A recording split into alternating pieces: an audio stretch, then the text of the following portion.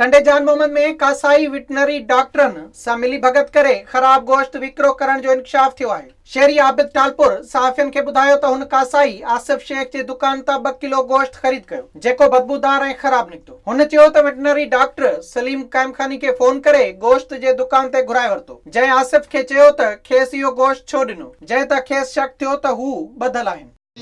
असांखे मोज़िज़ जेको मोज़र किनो जेको गोश्त असांखे खाराइनि पिया, बीमार त असीं तॾहिं पिया थियूं न। बुरा महिरबानी हिननि जे ख़िलाफ़ डॉक्टर जे ख़िलाफ़ सख़्त मां सख़्त एक्शन कयो वञे। हू आउं चवां थो शहर मां भत्ता घुरी वठे थो, हिननि खां पैसा वठे थो, इहो जेको आहे न थियणु खपे।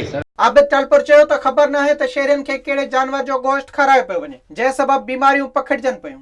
शहरी आबिद टालपुर मुतालबो कयो त कासाई आसिफ शेख ऐं डॉक्टर सलीम कायमखानी ख़िलाफ़ कार्रवाई करे शहरियुनि सां इंसाफ़ कयो वञे। विज़िट कयो अवामी आवाज़ मीडिया ग्रुप जी वेबसाइट awamiawaz.pk।